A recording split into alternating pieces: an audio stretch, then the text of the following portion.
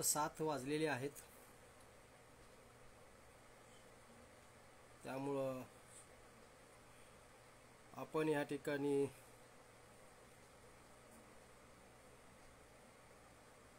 आजच्या विषयाला सुरुवात करणारच आहोत। फक्त माझा आवाज ऐकायला येतोय का जरा मला कळलं तर फार बरं होईल।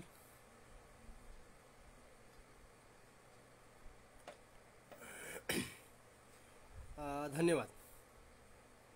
मी आता कोणाचंही वाट न पाहता आदरणीय आपल्या सर्वांचे नेते ॲडव्होकेट बाळासाहेब तथा प्रकाश आंबेडकर यांच्या वाढदिवसाच्या निमित्तानं माझे सहकारी मित्र प्राध्यापक डॉक्टर कपिल राजवंश यांच्या नेतृत्वाखाली, यांच्या पुढाकाराने जी एक 10 दिवसाची प्रबोधनात्मक व्याख्यानमाला आयोजित केली होती, त्याच्या समारोपाच्या व्याख्यानाच्या निमित्तानं आपण आज एकमेकांशी लाईव्ह चर्चा करतोय, भेटतोय। आदरणीय बाळासाहेब हे आपल्या सर्वांचेच नेते आहेत। कालच त्यांचा वाढदिवस झालेला आहे। त्यांना दीर्घायुष्य मिळावं,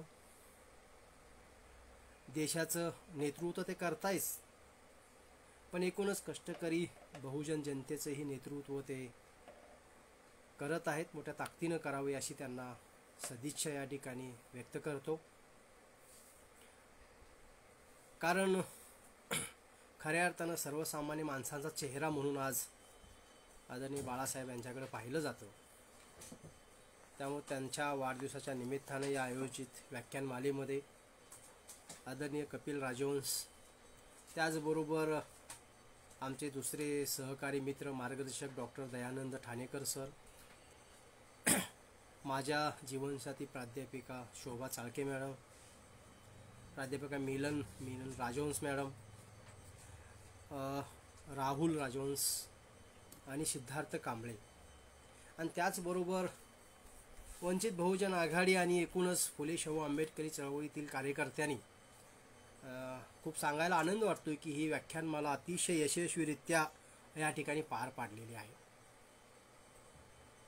कारण सलग एका विषयावरती वाढदिवसाच्या निमित्तानं 10 दिवस प्रबोधन करणं, रोज संध्याकाळी 7 वाजल्यापासून आपण ऑनलाईन एकमेकांना भेटतो आहोत। या 10 दिवसाचा थोडासा आढावा घेत असताना आपल्या लक्षात येईल की खूप चांगल्या पद्धतीनं सर्वच मान्यवर वक्त्यांनी मांडणी केलेली आपल्याला दिसून येते। मला असं वाटतं की माझ्या विषयाची सुरुवात करण्या अगोदर आपण या सगळ्या विषयाचा थोडासा आढावा घेतला पाहिजे। सुरुवातीला शाहीर संभाजी भगत यांनी लोकशाहिरीचे अंतरंग आणि भविष्य या विषयाच्या अंगानं मांडणी केल्याची आपल्याला दिसून येते। दुसरे महाराष्ट्रातील प्रसिद्ध लेखक विचारवंत माननीय सिद्धार्थ कांबळे सर, त्यांनी माणगाव परिषदेची 100री आणि समाजवास्तव अतिशय विधारक चांगल्या पद्धतीची मांडणी त्यांनीही आपल्याला केल्याची दिसून येते। त्यानंतर शाहीर सचिन माळी यांनी आंबेडकरी चळवळ आणि शाहिरी जलसे खूप चांगल्या पद्धतीनं याही विषयाची मांडणी केल्याची आपल्याला दिसून येते। त्यानंतर भदंत आर आनंद यांनी धम्म चळवळ आणि मानवमुक्तीचा राजमार्ग खूप चांगल्या पद्धतीने विस्तृत विश्लेषण केलेलं आपल्याला दिसून येतं। माननीय जितरत्न पटाईत यांनी संक्रमण काळात माध्यमांची भूमिका एक चिंतन खूप चांगल्या पद्धतीनं माध्यमांची नेमकं आता काय भूमिका आहे या संदर्भानं मांडणी केलेली आपल्याला दिसून येते। त्यानंतर आमचे दुसरे सहकारी मित्र डॉक्टर अमर कांबळे सर यांनी बहुजन विद्यार्थ्यांसमोरील आव्हाने आणि संधी याही विषयाच्या अंगाने मांडणी केल्याची आपल्याला दिसून येते। त्यानंतर धम्म अभ्यासक युवा विचारवंत माननीय अमित मेधावी यांनी तरुणासाठी बौद्ध धम्म या विषयाच्या अंगानं सविस्तर मांडणी केल्याची आपल्याला दिसून येते। प्राध्यापिक सुचित्रा गायकवाड यांनीही आपल्या कवितेच्या माध्यमातून आंबेडकरी काव्यसंवाद या विषयावरती खूप वेगळ्या पद्धतीनं दखलपात्र अशी मांडणी केल्याची आपल्याला दिसून येते. आणि काल आमचे दुसरे नेते आणि आमचे सहकारी डॉक्टर सुरेश शेळके सर यांनी नवभारत निर्मितीत बुद्धिजीवी वर्गाची भूमिका या विषयाच्या अंगाने मांडणी केलेली आहे. माझे दुसरे सहकारी मित्र माननीय सुरेश केसरकर सर जे कामगार नेते आहेत, त्यांनी खूप चांगल्या पद्धतीनं या व्याख्यानमालेची स्वागताध्यक्षाची भूमिका या ठिकाणी पार पाडल्याची आपल्याला दिसून येते. आणि आज मी ज्या विषयाच्या अंगाने बोलणार आहे, संक्रमण अवस्थेत पुरोगामी चळवळींची भूमिका काय असायला पाहिजे किंवा काय आहे नेमका.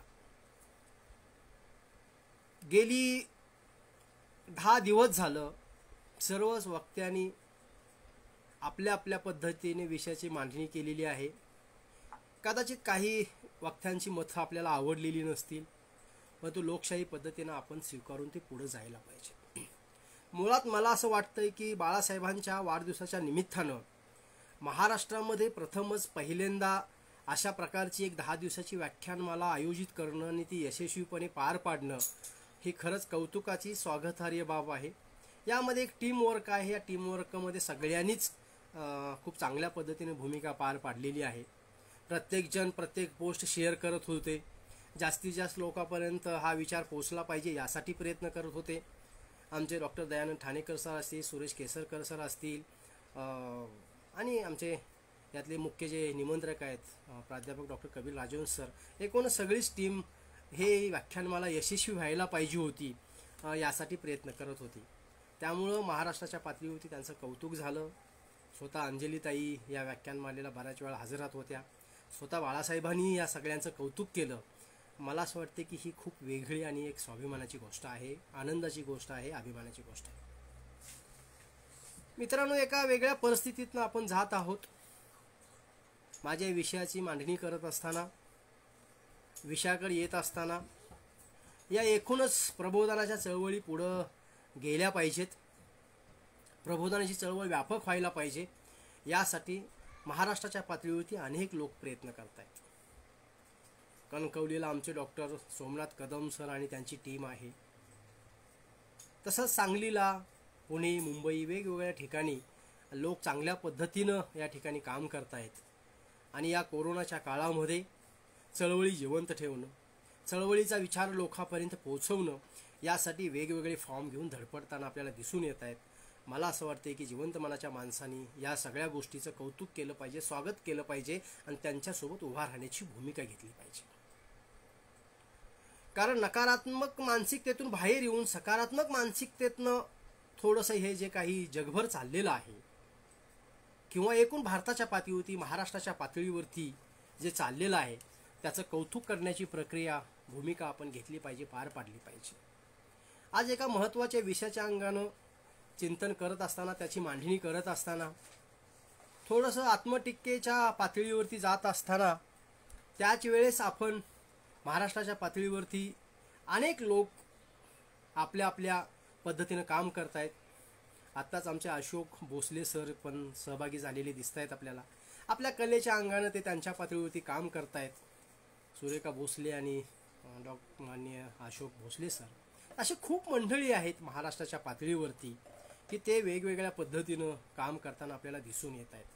मला असं वाटते की त्यांचं सगळ्यांनी आपण कौतुक केलं पाहिजे. कारण ही मंडळी आपल्या आपल्या ठिकाणी काम करत असताना आपल्याला दिसून तर येत आहेतच, पण ते आपले विचार, चळवळीचे विचार, पुरोगामी विचार, बुद्ध, शिवाजी, बसवण्णा, छत्रपती शाहू महाराज आणि एकूणच जिजामाता असतील, अण्णाभाऊ साठे, डॉक्टर बाबासाहेब आंबेडकर यांच्यापर्यंतचे जे काही फुले शाहू आंबेडकरी चळवळीचे विचार म्हणतोय, पुरोगामी विचार म्हणतोय, परिवर्तनवादी विचार म्हणतोय, विज्ञाननिष्ठ विचार म्हणतोय, ते लोकांपर्यंत पोहोचले पाहिजेत यासाठी आपल्याला प्रयत्न करताना दिसून येत आहेत. मला असं वाटतंय की या सगळ्यांचं कदाचित ही माध्यमांना लोक माहीत नसतील. कदाचित मला असं वाटतं की ह्या लोकांमध्ये एकमेकाच्या ह्याच्यामध्ये एकमेकांना पण आपण एकमेकाला माहीत नसू, पण महाराष्ट्राच्या पातळीवरती, देशाच्या पातळीवरती, जगाच्या पातळीवरती खूप लोक आज ह्या ठिकाणी वेगवेगळ्या पद्धतीनं काम करतात. मला वाटते की त्या सगळ्यांचं कौतुक केलं पाहिजे, त्यांच्यामध्ये एक संवाद तयार झाला पाहिजे, त्यांच्यामध्ये एक मैत्रीचं वातावरण तयार झालं पाहिजे आणि एक भूमिका घेऊन आहे ह्या संक्रमणाच्या काळामध्ये परिवर्तनवादी विचार, प्रागतिक विचार, प्रोग्रेसिव्ह विचार घेऊन लोकांमध्ये जाण्याच्या दृष्टिकोनातनं एक नवे नवे फॉर्म जे आपण स्वीकारायला पाहिजे त्याचं एक नवं चिंतन आपण करण्याची गरज आहे की जे आपण आज करतो आहोत. निमित्त काही असो, निमित्त महत्वाचं असतं का, असतंच, पण निमित्ताच्या पुढे जाऊन देखील त्या निमित्ताला एका वेगळ्या पद्धतीनं कन्वर्ट करून प्रबोधनामध्ये त्याला उतरवणं आणि ते प्रबोधनाची चळवळ गतिमान करणं. कारण विचार जेव्हा जनमनाची पकड घेतात तेव्हा ती एक क्रांतिकारी शक्ती बनत असतात. विचार जेव्हा जनमनाची पकड घेतात तेव्हा ती एक भौतिक शक्ती बनत असतात.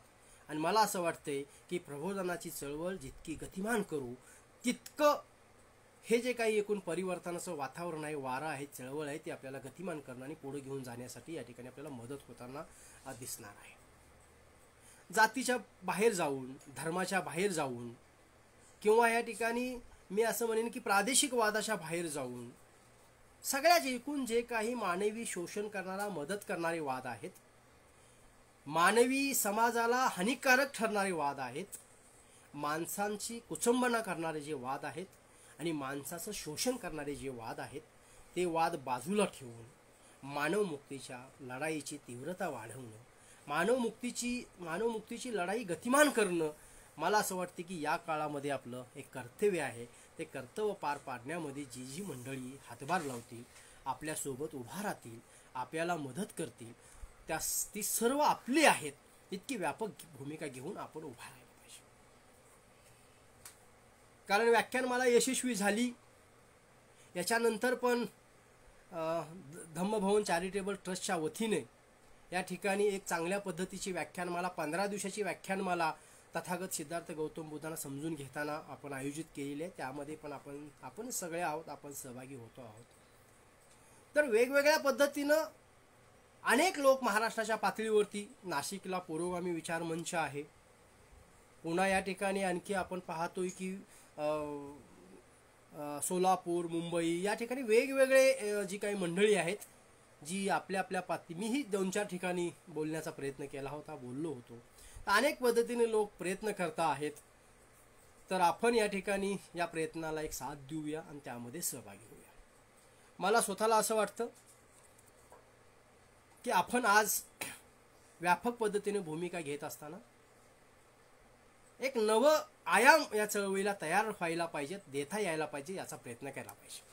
त्यामुळे सर्व वक्त्यांनी जी मांडणी केली त्याला कुठंही क्रिटिसाइज न करता, मला असं वाटतं की खूप लोक असं टाकत असतात की लेखकाच्या ह्यांच्या विचारांशी सहमत नाही वगैरे वगैरे. मला असं वाटतं की आम्ही ह्या सगळ्यांशी सहमत आहोत. का ते जे मांडत आहेत, ते जे बोलत आहेत, किंवा ती जी एक भूमिका घेत आहेत, मला असं वाटतं की त्या भूमिकेचं आपण चांगल्या पद्धतीनं कौतुक केलं पाहिजे.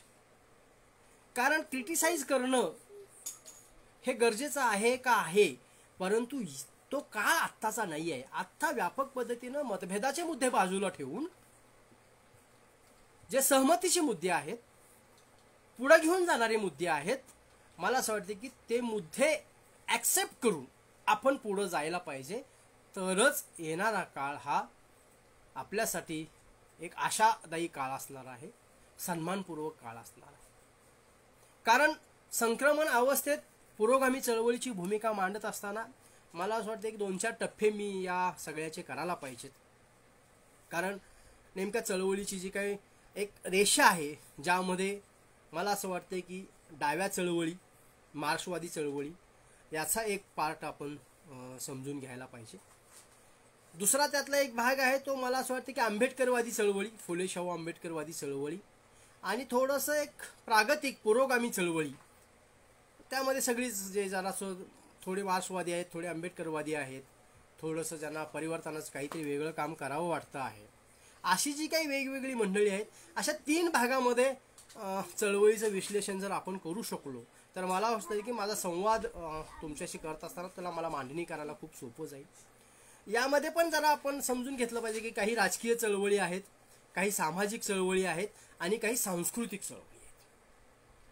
मग ही मांडणी करत असताना मला असं वाटतं की आपण एक अंडरस्टँडिंग करून घ्यायला पाहिजे की आत्ता या परिस्थितीमध्ये आत्ता ह्या चळवळींची काय अवस्था आहे,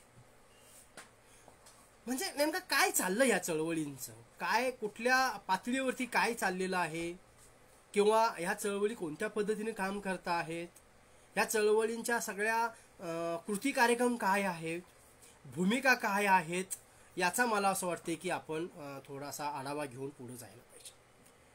मला स्वतःला असं वाटतं की या भारत देशाचा जेव्हा आपण विचार करायला लागतो तेव्हा तथागत बुद्ध आणि त्यांचा पूर्वीचा काही काळ आणि त्याच्यानंतरचा जो सगळा काळ आहे, मग सिद्धार्थ तथागत गौतम बुद्ध असतील, त्याच्यानंतर आपण बघतोय की मग त्यामध्ये खूप आहेत, चारवाक आहेत, सम्राट अशोक आहेत, ते अगदी अलीकडे आपण बघतोय की छत्रपती शिवाजी महाराज आहेत, महात्मा बसवण्ण आहेत. एकूण वारकरी परंपरा जर आपण बघितली तर ती वारकरी परंपरा, आणि त्याचबरोबर पुढे आपण जेव्हा जातो तेव्हा मग संत तुकाराम असतील, राजर्षी शाहू महाराज असतील, त्याच्यानंतर महात्मा फुले, डॉक्टर बाबासाहेब आंबेडकर, अण्णाभाऊ साठे.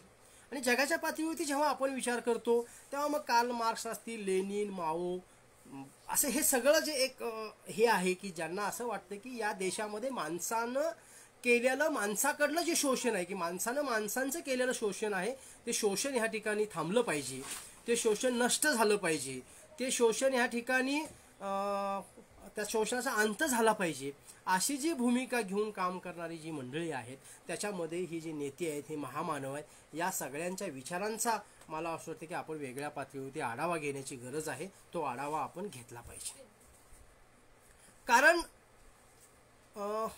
एखाद्या विषयाची मांडणी करत असताना, एकूण चळवळीची भूमिका समजून घेत असताना, किंवा एकूण जे परिवर्तनाचा जो ढाचा आहे तो ढाचा समजून घेत असताना, त्याची जी एक परिवर्तनाची दिशा आहे ती दिशा समजून घेत असताना आपल्याला बुद्धापर्यंत जावं लागेल, आणि बुद्धापासून ते डॉक्टर बाबासाहेब आंबेडकरांच्या संविधानापर्यंत आणि त्यांचा लढा पुढे घेऊन जाणारी जी मंडळी आहेत त्या सगळ्या मंडळींचा यामध्ये आपल्याला समावेश करावा लागेल. म्हणजे मग आपल्याला समजून येईल की चळवळीची भूमिका घेऊन काम करणाऱ्यांचा इतिहास किती मोठा आहे. म्हणजे इतिहास तो इतका मोठा आहे की त्याला एक इतिहास आहे, पार्श्वभूमी आहे. गेल्या 2, 3, 4 हजार वर्षापासून माणसाकडून होणारं शोषण, इथल्या ब्राह्मणशाहीकडून होणारं शोषण, इथल्या भांडवलशाहीकडून होणारं शोषण, इथल्या बढ्या जात आणि वर्गवास्तव लोकांकडून होणारं शोषण, याच्या विरोधामध्ये एक प्रवाह काम करतो आहे, भूमिका मांडतो आहे, लढाई करतो आहे. मला असं वाटतं की हे आपण समजून घेतलं पाहिजे. म्हणजे आपल्याला असं लक्षात येईल की ह्या चळवळींची दिशा अशी हळूहळू आपल्याला पुढे विकसित झालेली आपल्याला दिसून येते. लोकशाही अशी एकदम हवेतनं आलेली नाही आहे, किंवा हे ज्या आज चळवळी दिसत आहेत, किंवा एक काळ आपण बघतो आहोत की खूप वेगळ्या पद्धतीनं, म्हणजे इथल्या माणसांना जगता येत नव्हतं, त्याच्या गळ्यात मडकं, पाठीमागं झाडू, म्हणजे माणसांना वर्णव्यवस्थेमध्ये गुंतवलं गेलं होतं, माणसाला जातीमध्ये विभागलं गेलं होतं, आणि माणसाला त्यांना माणूस म्हणून जगूच द्यायचं नाही, अशा पद्धतीची एक यंत्रणा जी उभा केली गेली होती, ती यंत्रणेला छेद देण्याचं, त्या यंत्रणेला विरोध करण्याचं आणि ती यंत्रणा नेस्तनाबूत करण्यासाठी अनेक पिढ्या आणि त्यांचं नेतृत्व काम करताना आपल्याला दिसून येत आहे. म्हणजे आपण एक वारसा घेऊन जगणारी मंडळी आहोत. आपल्याला एक ऐतिहासिक वारसा मिळालेला आहे. अशा चळवळीमध्ये आपण काम करतो. मानवमुक्तीच्या लढ्यामध्ये तथागत बुद्धापासून ते आधुनिक काळापर्यंत जे काही महामानव होऊन गेले, त्या महामानवांनी एक दिशा देण्याचा प्रयत्न केलेला आहे, एक विचार मांडण्याचा प्रयत्न केलेला आहे, आणि एक कृती कार्यक्रम देखील देण्याचा प्रयत्न केलेला आहे.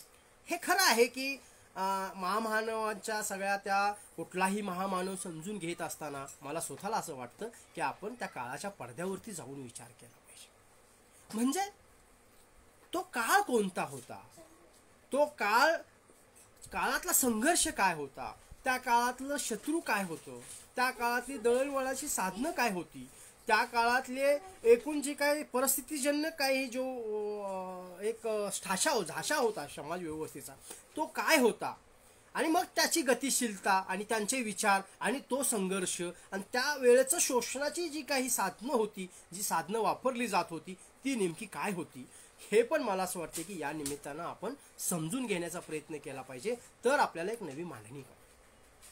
अशा पद्धतीने ऐतिहासिक भूमिका घेत जेव्हा आपण पुढे येतो, मला असं वाटतं की दखल महात्मा फुले नंतर बसवण्ण जे 12व्या शतकामध्ये जे जरा ज्यांची चर्चा केलीच पाहिजे, म्हणजे बसवण्णांनी त्या काळामध्ये लिंगायत धर्माची स्थापना केली आणि इथल्या प्रस्थापित व्यवस्थेला छेद दिला आणि एक नवा विद्रोह या ठिकाणी केलेला आपल्याला दिसून येतो आहे. म्हणजे मानवमुक्तीची चळवळ समजून घेत असताना किंवा या ठिकाणी परिवर्तनाची चळवळ समजून घेत असताना मधी जेव्हा आपण इतिहासाचा आढावा घ्यायचा प्रयत्न करतो किंवा मांडणी किंवा दाखला घेण्याचा प्रयत्न करतो, तेव्हा मला असं वाटतं की बसवण्णाला आपल्याला विसरून चालणार नाही आहे. कारण बसवण्णांनी 12व्या शतकामध्ये खूप क्रांतिकारी भूमिका घेतलेली आपल्याला दिसून येते. त्यांची सगळी जर वचनं आपण बघितली तर ती वचनं मानवमुक्तीला प्रेरणा देणारी, मानवमुक्तीला मदत करणारी आपल्याला दिसून येत आहे. पुढं आपण जेव्हा जाऊ हळूहळू तेव्हा आपल्याला लक्षात येईल की मग छत्रपती शिवाजी महाराजांनी सगळ्या मावळ्यांना घेऊन या ठिकाणी एक राज्य निर्माण केलं. कारण छत्रपती शिवाजी महाराज ते देखील आपण असं समजून नाही घ्यायला पाहिजे ते पण हवेतनं नाही उभा राहिले. काही महामानव किंवा नवे विचार हे परिस्थितीचं देण असतं. एकूण जी काही परिस्थिती तयार झाली त्यामध्ये शिवाजी महाराजांनी सर्वसामान्य माणसांच्या अस्मितेला हात घातला, सर्व जाती धर्मातल्या मावळ्यांना एकत्र केलं. ज्या काळामध्ये स्पर्श विठाल समजला जात होतो त्या काळामध्ये बसवण्णा आणि बुद्धांचा तर काळ खूप क्रांतिकारक आहे, आपण तो समजून घेतोच आहोत. पण या ठिकाणी हेही समजून घेतलं पाहिजे की बसवण्णाचा काळ, छत्रपती शिवाजी महाराजांचा काळ, या काळामध्ये माणसांना स्पर्श करण्याची देखील परवानगी असताना ही सगळी माणसं एकत्र आली आणि एक क्रांतिकारी शक्ती तयार झाली आणि त्यांनी त्या काळामध्ये एक नवे लढाईचे आयाम तयार केलेले आपल्याला दिसून येतात. त्यामुळे तुकाराम महाराज, जिजामाता या सगळ्यांचा आपण खूप आहेत. म्हणजे बिरसा मुंडा आहेत, लहुजी वस्ताद आहेत, असे खूप नावं आहेत इतिहासामध्ये की ज्या सगळ्यांची नावं आपण घेत बसलो तर खूप मोठा काळ लागेल त्याला. परंतु आपण त्यांचं एक नेतृत्व मांडत जातो आहोत आणि मग आपल्या लक्षात येईल की महात्मा फुले म्हणजे तथागत सिद्धार्थ गौतम बुद्धानंतर जेव्हा आपण बसवण्णाकडे येतो, बसवण्णाकडनं आपण छत्रपती शिवाजी महाराजांकडे येतो, त्यानंतर आपल्याला महात्मा फुलेंकडे यावं लागेल. कारण महात्मा फुलेंनीच या ठिकाणी छत्रपती शिवाजी महाराजांची समाधी शोधून काढलेली. हे नातं आपण ह्या सगळ्या चळवळी अलीकडल्या समजून घेताना समजून घ्यायला पाहिजे की एक नातेसंबंध, एक विचाराची धार, एक विचाराचा धागा या सगळ्या महामानवादीमध्ये दिसून येतो आहे. एक कॉमन मुद्दा दिसून येतो आहे आपल्याला. म्हणजे सगळे महामानव एका कडीमध्ये बांधले गेलेले आहेत. एक कडी, पुढची कडी, पुढची कडी, पुढची कडी असं होत गेलेलं आहे. मग आपल्याला लक्षात येईल की महात्मा फुलेंच्या एकूण सत्यशोधक विचारांचा प्रभाव शाहू महाराजांवरती निर्माण झाला आणि शाहू महाराजांचं देखील कार्यकर्तृत्व आपल्याला माहित आहे. आणि मग शाहू महाराज आणि बाबासाहेबांचा पण एक दुवा या ठिकाणी निर्माण झालेला दिसून येतो. हे सगळं समजून घेत असताना आणि पुढं मग अण्णाभाऊंकडे जेव्हा आपण येतो तेव्हा अण्णाभाऊंनी तर आपण बघतोय की अण्णाभाऊंवर खरं तर अन्याय झालेला आहे. त्यांना ते मार्क्सवाद आणि आंबेडकरवाद मांडण्याच्या नादामध्ये अण्णाभाऊ हे मानवमुक्तीच्या लढ्यातले एक पुढची कडी होती. या पद्धतीनं मला असं वाटतं की आपण अण्णाभाऊंची देखील आता मांडणी करणं गरजेचं आहे. आमचे सोमनाथ कदम सर वगैरे काही मित्र करायचा प्रयत्न करतायत. कारण आपल्याला महामानवांची चिकित्सा करत असताना आपलं एकूण प्रबोधनाची आणि कृतिशील चळवळ पुढे घेऊन जाण्याच्या दृष्टिकोनातनं ती चिकित्सा होणे गरजेची असताना आपण तशी करत नाही आहोत. मला आता थोडंसं नकारात्मक भूमिका घ्यायची नाही आहे, पण मला असं वाटतं की आपण संघर्षाच्या सगळ्या या भूमिका आपण समजून घेऊन पुढे जायला पाहिजे. म्हणजे खूप मंडळी आहेत महाराष्ट्रामध्ये, आमचे डॉक्टर गिरीश मोरे सर आहेत की अशी जी मंडळी आहेत जी आज वस्तुनिष्ठ पद्धतीनं महामानवांचे विचार आहे त्या पद्धतीनं पुढं घेऊन जाण्याचं, मांडण्याचा प्रयत्न करताना आपल्याला दिसून येत आहेत. मला असं वाटतं की या काळामध्ये असे विचारवंत, असे जे काही सगळे लेखक आहेत, कलावंत आहेत, यांच्या सोबत उभा राहणं, त्यांना बोलतं करणं, म्हणजे ते बोलतातच, फक्त त्यांचा पेस आपण वाढवायच्या दृष्टिकोनानं आपलं काय कॉन्ट्रीब्युशन असणार आहे, आपलं काय योगदान असणार आहे, मला असं वाटतं की याचं एक आकलन आपण या नव्या निमित्तानं करून घ्यायला पाहिजे. कारण चळवळी ह्या कुठल्याच चळवळी अशा काहीतरी एकदम जादू झाली आणि हवेतनं असं कधी झालेलं नाही इतिहासामध्ये. तेव्हा इतिहासाचा आढावा घेत असताना हे सगळे संघर्ष, सगळ्या चळवळी ह्या एकमेकावरती आधारित पुढे विकसित झालेले आपल्याला दिसून येत आहेत. आणि आज जो काही एकूण चळवळीच्या आयामामध्ये आपण पाहतो की मगाशी मी म्हटलं आंबेडकरवादी चळवळ असेल किंवा मार्क्सवादी चळवळ असेल, डावी चळवळ असेल किंवा पुरोगामी, हे पार्टिशन करत असताना आज थोडीशी क्रिटिसाइज करण्याची गरज आहे की आज नेमका या चळवळींची काय अवस्था आहे. आपण बघतोय की थोडंसं डाव्यावरती सुरुवातीला डावे एकूण मार्क्सवादी परवा ह्याचा निकाल लागला पश्चिम बंगालचा. म्हणजे ज्या पश्चिम बंगालमध्ये एकेकाळी डाव्यांचा बालेकिल्ला समजला जात होता, त्या ठिकाणी आजचा निकाल बघितला तिथं त्यांचं शून्य अस्तित्व, म्हणजे एकही आमदार निवडून आलेला आपल्याला दिसत नाही. मला असं वाटतं की या पातळीवरती जेव्हा असं घडतं तेव्हा आपण थोडीशी आत्मटीका करून पुढे जाण्याची गरज आहे.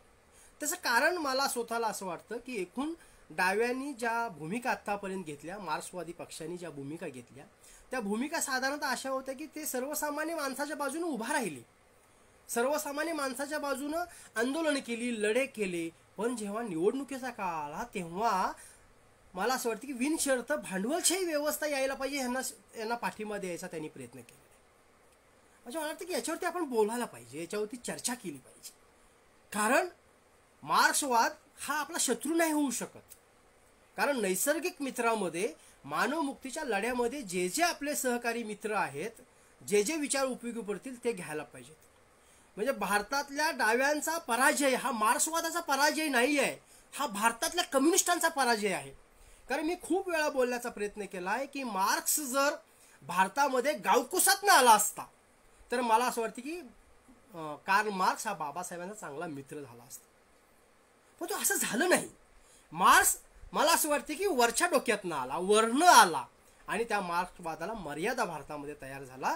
त्यांना जात वास्तव भारतातलं समजून घेण्यामध्ये, आकलन करून घेण्यामध्ये त्यांची एकूण थिंकिंग पद्धत कमी पडल्याची आपल्याला दिसून येते. मला असं वाटतं की याच्यावरती आपण स्पष्ट बोलायला पाहिजे. कारण वर्ग अंतातून जाती अंत होतो. मला वाटतं की हीच कल्पना मुळात कुठंतरी जरा संशयास्पद वाटते आहे, दिशाहीन वाटते आहे. कारण भारतातलं जात वास्तव हे वर्गांताच्या लढाईत संपेल ही भूमिकाच मुळात कुठंतरी शंकास्पद वाटते.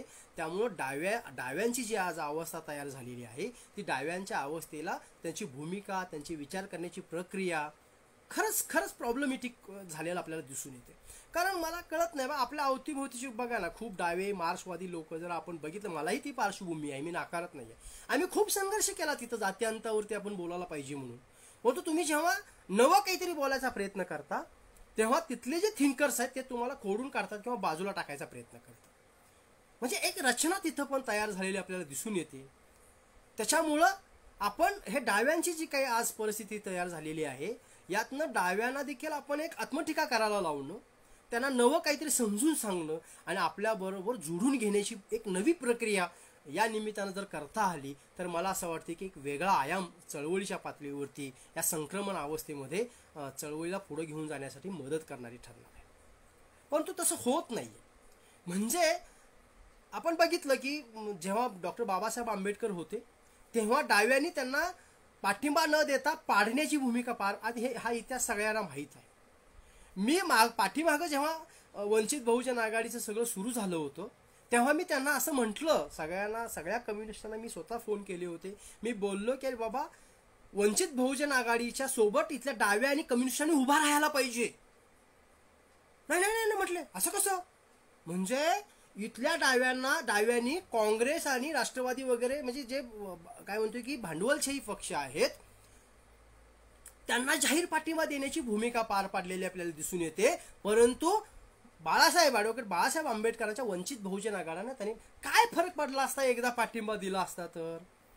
एक संवाद तयार झाला असता ना इथल्या आंबेडकरी चळवळीमध्ये आणि इथल्या डाव्या चळवळीमध्ये. या निमित्तानं जर एक संवाद तयार झाला असता तर कुठं बिघडलं असतं?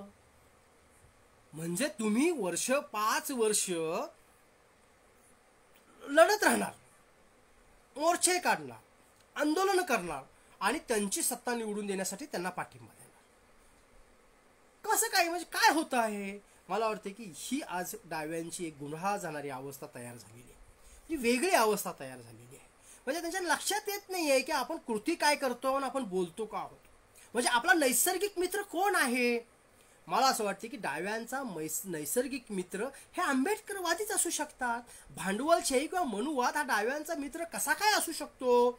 याचं नवं आत्मचिंतन, याचं नवं टीकात्मक परीक्षण मला असं वाटतं की आता डाव्यांनी करण्याची गरज आहे की जे ते करू इच्छित नाहीयेत, म्हणून ही अवस्था आपल्याला झालेली दिसून येते. तसंच थोडा आंबेडकरवादाकडे येऊया. आंबेडकरवादामध्ये देखील काही भाग असे आहेत आपल्याला लक्षात येईल की ते बोललं पाहिजे. काही लोक BJP सोबत गेले, काही काँग्रेस सोबत गेले, पण त्यांना देखील मार्क्सवादाची व डाव्या लोकांशी मैत्री करावी वाटली नाही. म्हणजे शोषणाच्या विरोधामध्ये लढणारे, शोषणाच्या विरोधामध्ये उभा राहणारे, मानवमुक्तीची भूमिका घेणारे आंबेडकरवादी देखील संकुचित पद्धतीनं विचार करताना दिसून येत आहेत आपल्याला. त्याच्यामुळं मग त्यांच्यात पण अनेक गट तयार झाले. मग हा नको तो नको असे वाद सुरू झाले. म्हणजे आता ॲडव्होकेट बाळासाहेब आंबेडकरांच्या वाढदिवसाच्या निमित्तानं ही व्याख्यानमाला आयोजित केल्यामुळं वंचितनं मी खूप लोकांना बोललो की वंचित बहुजन आघाडीनं जे एक माहोल तयार केलं, एक वातावरण केलं. मी म्हणते बाळासाहेबांच्या तुमच्या दृष्टिकोनातनं 1000 चुका असते, क्रिटिसाइज व्हायला पाहिजे, पण सत्तेच्या जवळ जाऊन सत्ता हातात आल्यानंतर ते जर चुकले तर बोला ना. अजून काय व्हायचं आहे, अजून उभा राहायचं आहे, अजून एक माहोल, म्हणजे ज्या पद्धतीनं वंचित बहुजन आघाडीचा एक माहोल तयार झाला होता, परिवर्तनवादी प्रागतिक विचार करणारी सर्व जाती धर्मातली मंडळी एकत्र येऊन एक नवा पर्याय द्यायचा प्रयत्न करत होती. पण मला असं वाटतंय की प्रस्थापित व्यवस्थेला तो पर्याय आवडला नाही, त्यांनी तो मोडून काढण्याचा प्रयत्न केला. त्यामध्ये आमचे म्हणणारे सगळे लक्षात ठेवा विरोधाची भूमिका पार पाडली.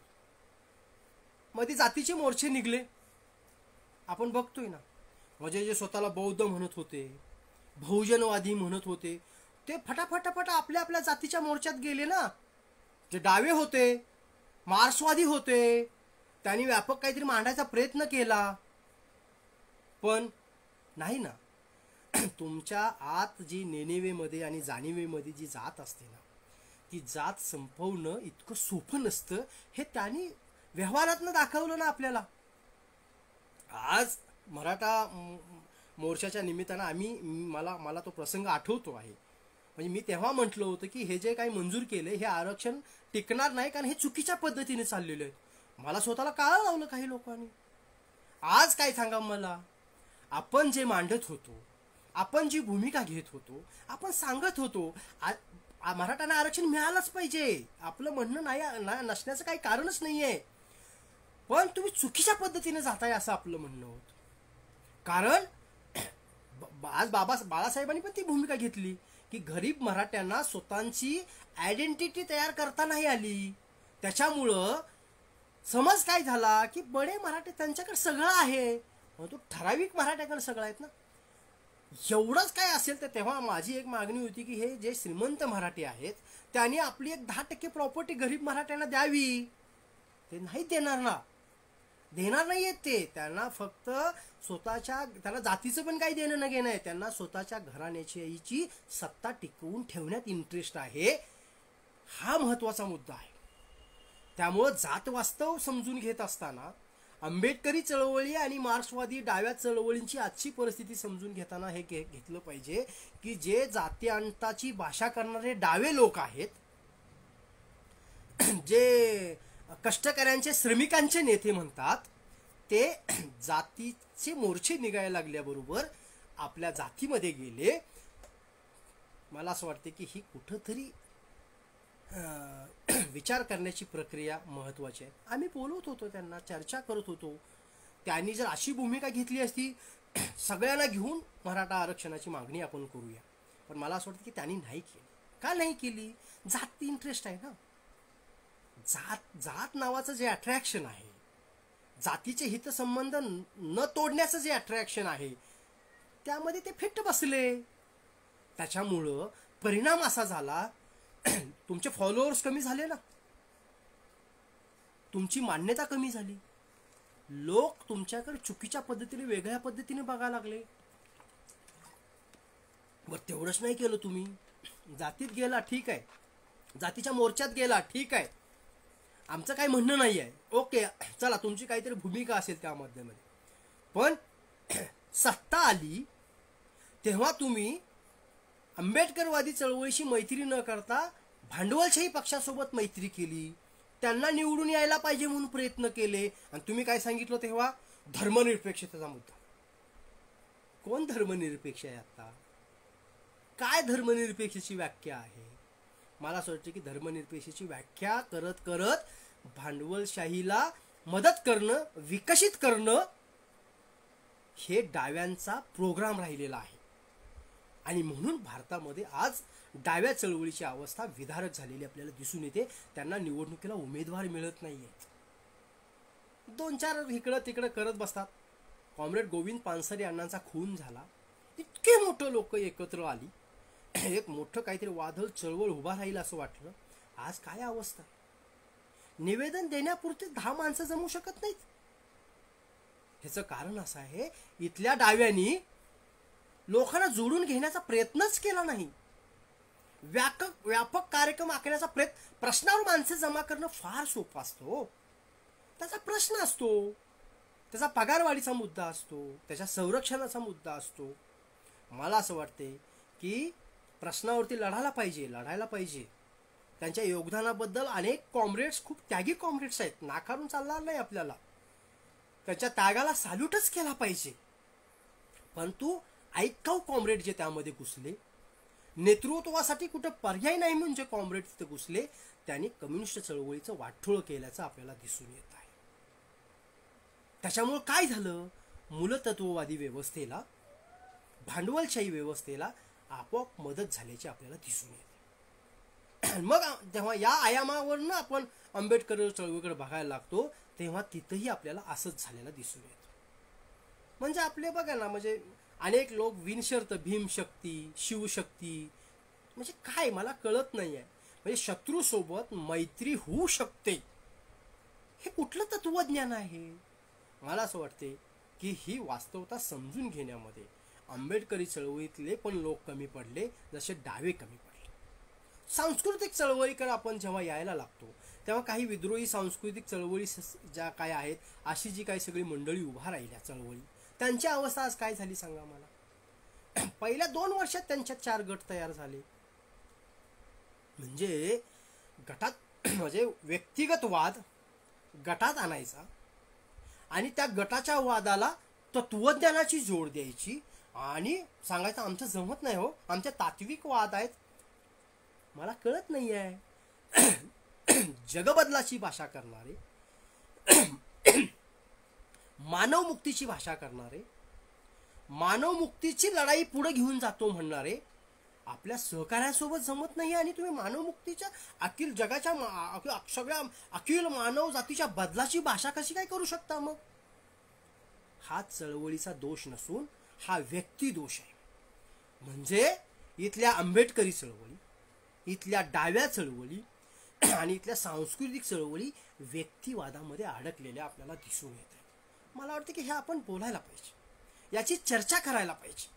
कारण मी म्हटलं की वंचित बहुजन आघाडीचं जेव्हा वारं सुरू झालं, तेव्हा इथल्या डाव्यांनी, इथल्या समविचारी आंबेडकरवाद्यांनी जर वंचित बहुजन आघाडी सोबत उभा राहा, मी म्हणतोय 1000 दोष असतील, त्याची चिकित्सा आपण करू एकत्र बसून, पण जनमानसांचं जे वादळ निर्माण झालेलं होतं त्याला तुम्ही पाठिंबा न देता, सोबत उभा न राहता क्रिटिसाइज करत राहिला, बी टीम म्हणत राहिला आणि भांडवलशाही आणि मनुवादी व्यवस्थेला मदत केली. गद्दार कोण आहे? चुकीची भूमिका कोण घेतो आहे? दिशाहीन कोण केलं? म्हणजे डॉक्टर बाबासाहेब आंबेडकरांना विरोध करण्याची भूमिका ज्या कम्युनिस्टांनी घेतली, त्याच कम्युनिस्टांनी इथल्या भांडवलशाही समर्थक व्यवस्थेला, पक्षाला मदत केली आणि बाळासाहेबांना रोखण्याचा प्रयत्न केला. मला वाटतं की याचं क्रिटिसाइज व्हायला पाहिजे, याची चर्चा महाराष्ट्राच्या पातळीवरती व्हायला पाहिजे, भूमिका घेणारी चर्चा व्हायला पाहिजे. कारण असं जर झालं नाही तर चळवळ ही संक्रमण अवस्थेतली चळवळ आपल्याला पुढे घेऊन जाता येणार. संकुचित पद्धतीने विचार करणारी मंडळी, कुचक्या भावनेने विचार करणारी मंडळी, वाचन न करता नेतृत्वामध्ये आलेली मंडळी, हे चळवळीला धोकादायक असतात. लक्षात. व्यक्तिवाद जोपासणारी मंडळी, किती व्यक्तिवाद जोपासणार तुम्ही? किती व्यक्तिवाद जोपासणार? मला असं वाटतंय की व्यक्तिवाद जोपासण्याच्या नादामध्ये प्रत्येकाने एक डबकं तयार केलं. आपली 4 मंडळी घ्यायची, राष्ट्रीय नेते, एक कार्यकर्ता मिळाला की आमचा तो सहकारी मित्र डायरेक्ट राष्ट्रीय नेता होतो. एक पुस्तक वाचलं की डायरेक्ट डॉक्टर बाबासाहेब आंबेडकरच होतो. मध्ये कोण नसतंच, लक्षात ठेवा. मला असं वाटते की हे विचार करणाऱ्या कार्यकर्त्यांनी, चळवळींनी क्रिटिसाइज करून पुढे जाण्याची गरज आहे. कारण शत्रू दारावरती आलेला आहे. काल आमचे सहकारी मित्र डॉक्टर सुरेश शेळके सरांनी खूप चांगली मांडणी केली की बुद्धिवादी लोकांनी काय भूमिका घेतली पाहिजे. माझं मत त्या विषयाला समर्थनीय आहेच, पण असे जे कृती विचार मांडणारी जी मंडळी आहेत त्यांच्यासोबत उभा राहण्याची भूमिका देखील चळवळीतल्या कार्यकर्त्यांनी घेतली पाहिजे. त्यांना परखड पद्धतीनं मांडणी करता यावी, अशा पद्धतीचं वातावरण करणं, संरक्षण त्यांच्यासोबत उभा राहणं, यासाठीची पण एक नवी चळवळ मला असं वाटतं की आपण उभा करण्याची गरज आहे. मी लय छोटा कार्यकर्ता आहे. अनेक संकट आली तरी काहीतरी धडपडतोय, काहीतरी करतोय, बोलत राहतो आहे, पुन्हा मग अडचणी येते आहे, हे हे हे सगळं चालूच आहे. परंतु मला स्वतःला असं वाटतं की मला चळवळ नसेल तर जगताच येणार नाही आहे. कारण एक लेखक आहे, एक शाहीर आहे, तो फार चांगली भूमिका मांडतो की सबसे खतरनाक होता है आदमी का मुर्दा बन जाना. मला वाटतं पाशनं म्हटलेलं आहे, कलेक्ट करावं मला माहीत नाही आहे. सबसे खतरनाक होता है आदमी का मुर्दा बन जाना, लेकिन उससे भी खतरनाक होता है आदमी के सपनों का मर जाना. मित्रांनो, आपल्याला स्वप्न मारून नाही चालणार. आपली स्वप्न मरणार नाही आहेत यासाठीची एक चळवळ नव्यानं आपल्याला उभा करावी लागणार आहे. कारण मी म्हटलं की जात वास्तव काय काम करते. आज जातीअंताचं बोलणाऱ्यांची एक जात तयार झालेली आहे, हे इथल्या चळवळीचं वास्तव आहे. म्हणजे संक्रमण अवस्थेत आपण पुढे जायसाठी म्हणजे काहीच बोलायचं नाही का, चर्चा करायची नाही, संवाद करायचा नाही. मी म्हणायचो म्हणजे कसं काय मला कळत नाही. पण हे पण एक समजून घेतलं पाहिजे मित्रांनो की आज चळवळीमध्ये टिकून राहणं ही देखील एक मोठी लढाई आहे. एक मोठी लढाई आहे. तुम्ही चळवळी टिकून राहणं, तुमचे विचार मांडणं, तुमची भूमिका अगदी त्रयस्थ पद्धतीनं मांडणं, कोण काय म्हणेल याचा विचार न करता तुम्हाला काय वाटतं आहे त्याची भूमिका घेणं, मांडणी करणं आणि लोकांमध्ये जाणं तितकीच गरजेची आहे आणि ते तितकंच महत्त्वाचं आहे. ते काळाची गरज आहे. म्हणून मी म्हणले की टिकून राहणं ही देखील खूप मोठी गोष्ट आहे. त्यामुळं थोडंसं बेरजेचं राजकारण करायला आपण शिकलं पाहिजे असं मला स्वतःला वाटतं. तर आपण फार वजाबाकीमध्ये अडकलेलो आहोत. बेरीज गुणाकार करण्याची सवय या संक्रमण अवस्थेतून पुढे जात असताना आपण स्वीकारली पाहिजे असं मला स्वतः वाटतं. कारण आज आपण बघतो भांडवलशाही आणि ब्राह्मणशाही यांची कधी नाही ती हातमिळवणी झालेली आहे. म्हणजे मला असं विचारलं तर मी असं म्हणेन की आज सत्तेसाठी राजकारण करणारे वेगवेगळ्या पक्षामध्ये येऊन नेतृत्व करणारी जी काही उच्चवर्णीय मंडळी आहेत त्यांचा त्या पातळीवरचा कार्यक्रम एकच आहे, लक्षात ठेवा. याची पण आपण चर्चा केली पाहिजे. कारण 100 वर्षामध्ये RSS ज्या पद्धतीनं काम करत राहिली त्यातनं त्यांनी जे एक उभा केलं ते भेदता आपल्याला आलेलं नाही आहे. उलट प्रस्थापित व्यवस्थेने जे डावपेच टाकले ते डावपेचामध्ये आपण अडकलेले आपल्याला दिसून येतो. म्हणजे आम्ही आमचे लेखक तयार करू शकलेलो नाही आहोत. आम्ही आमचे विचारवंत जे आहेत ते पण टिकवू शकलेलो नाही आहे. तयार करायचं तर पुढंच राहू दे, लक्षात ठेवा. म्हणजे किती भयानक आहे ना. म्हणजे कोल्हापूर सारख्या ठिकाणी राजर्षी शाहू महाराज यांचे विचार घेऊन पुढे जाणारी मंडळी आहेत.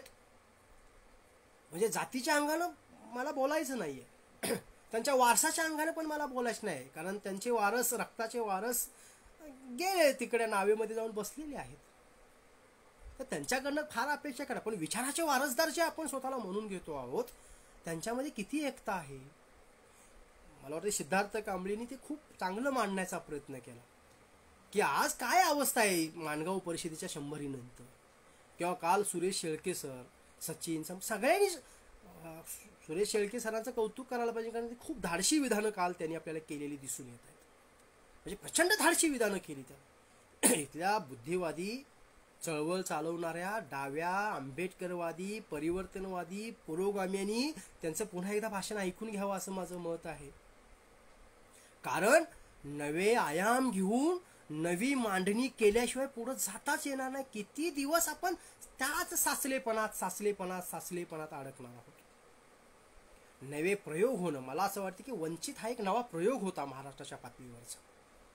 तो वंचितचा प्रयोग ठरवून इथल्या भांडवलशाही व्यवस्थेचा जो पेस वंचित बहुजन आघाडी घेत होती, कष्टकरी जे वेगवेगळ्या जात समूहातील लोक आहेत त्यांना एकत्र बांधण्याचं काम जी वंचित बहुजन आघाडी करत होती, तिला खो घालण्याचं काम, त्याला क्रिटिसाइज करण्याचं काम, मग ते बौद्ध असू देत ना इतर जातीय असू देत, चुकीच्या पद्धतीनं व्यवस्थेची दलाली करण्याचं काम त्यांनी केलेलं आहे.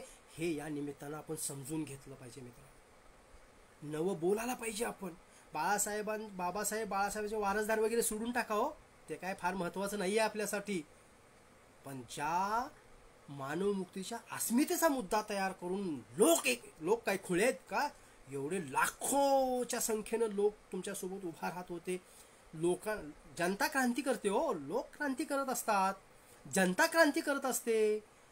जनतेला एकत्र घेऊन क्रांतीसाठी तयार करण्याचा कार्यक्रम इथल्या डाव्याकडे आंबेडकरवाद्याकडे कोणता आहे याचा नव्याने विचार आता करण्याची आपल्याला गरज आहे मित्रांनो. हे जर आपण करणार नसू तर मग काय आपण पण नपुसक विचारवंत आहोत किंवा हस्तमैथून करणारे सारखे विचारवंत आहोत. समाधान मिळेल, नवनिर्मिती होणार नाही ना. मला असं वाटतं की नवनिर्मितीची चळवळ नव्यानं उभा करायची असेल, नवी भूमिका घेऊन नवं काहीतरी करायचं असेल तर मला स्वतःला असं वाटतंय की आत्ताचे शत्रू ओळख, मित्र ओळख याचा विचार नव्यानं केला पाहिजे. आमचे मित्र कोण आहेत, आमचे शत्रू कोण आहेत, कुणासोबत जाऊन आम्हाला काम करायचं आहे, कुणासोबत आम्हाला तडजोडी करायची आहेत आणि कुणाची सत्ता यायला पाहिजे यासाठी आम्ही प्रयत्न करायचे आहेत. मला वाटतं की याचा विचार आपण नव्याने केला पाहिजे, नवं चिंतन आपण केलं पाहिजे. सांस्कृतिक चळवळीचं काय झालं? म्हणजे डाव्या चळवळींची तर अवस्था आपण आज बघतोच आहोत. मी धाडसानं बोलतो आहे की इथल्या भारतातल्या कम्युनिस्ट चळवळी ही या भारतातल्या अगदी सगळ्याच म्हणतोय मी, भारतातल्या सगळ्याच कम्युनिस्ट चळवळी ह्या मार्क्सवादापासून लांब गेलेल्या आहेत. चुकीचं काहीतरी मिश्रण मांडायचा त्यांनी प्रयत्न केलेला आहे. ब्राह्मणिझम त्यांच्या डोकावतो आहे. हे वास्तव आपण समजून घेतलं पाहिजे, बोललं पाहिजे, त्याची चर्चा केली पाहिजे, त्याची चिकित्सा केली पाहिजे. आंबेडकरवादांचं पण काय फार हे झालेलं नाहीये. आंबेडकरवादामध्ये देखील इथला मनुवाद, इथली ब्राह्मणशाही घुसलेली आपल्याला दिसूनच येते आहे. म्हणजे बुद्धांना नवा अवतार केला, ओके केला, ते करणारच आहेत. आम्ही पण बुद्धांची पूजा करायला लागलो, म्हणजे आम्हीही बुद्धांची आरती करायला लागलो, फुलं ठेवायला लागलो, पूजा करायला लागलो, हात जोडून पाया पडायला लागलो. सांस्कृतिक लढाईमध्ये आपण अपयशीच ठरलोय ना. बाबासाहेबांच्या विचाराची पारायण होण्याची गरज असताना, बाबासाहेबांच्या ग्रंथाच्या दिंड्या निघण्याची गरज असताना, बाबासाहेबांच्या लोकलढ्याचे जागर होण्याची गरज असताना, बाबासाहेबांची चिकित्सा करण्यामध्ये आपल्याला फार इंटरेस्ट तयार झालेला आपल्याला दिसून येतोय मित्रांनो. मला असं वाटतं की ह्याचं एकदा क्रिटिसाइज होऊन आपण पुढं, कारण आपण म्हणतो आहोत, मला विषय देतानाच असा दिलाय की संक्रमण अवस्थेतून किंवा संक्रमण अवस्थेत पुरोगामी चळवळींची भूमिका काय आहे.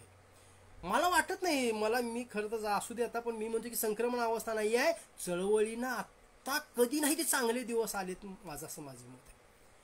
कारण आत्ताच गरज आहे तुम्ही चळवळी उभा करण्याची, आत्ता गरज आहे तुमच्या चळवळी ताकदीनं पुढे येण्याची. आत्ता तुम्हाला कधी नाही ती संधी इतिहासानं दिलेली आहे की समोरासमोर शत्रूसोबत उभा राहून एक नवी व्यापक मानवतावादी भूमिका घेणारी चळवळ उभा करण्याची काम जगाच्या पातळीवर मी येणार आहे पुढं. पुढच्या टप्प्यात जे पॉझिटिव्ह सकारात्मक आहे ते मांडणारच आहे.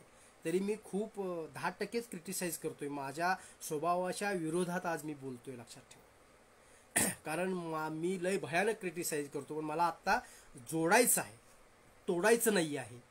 म्हणून मी थोडंसं कारण बघा ना, थोडंसं धम्माकडे जाऊ, बौद्ध चळवळीकडे जाऊ.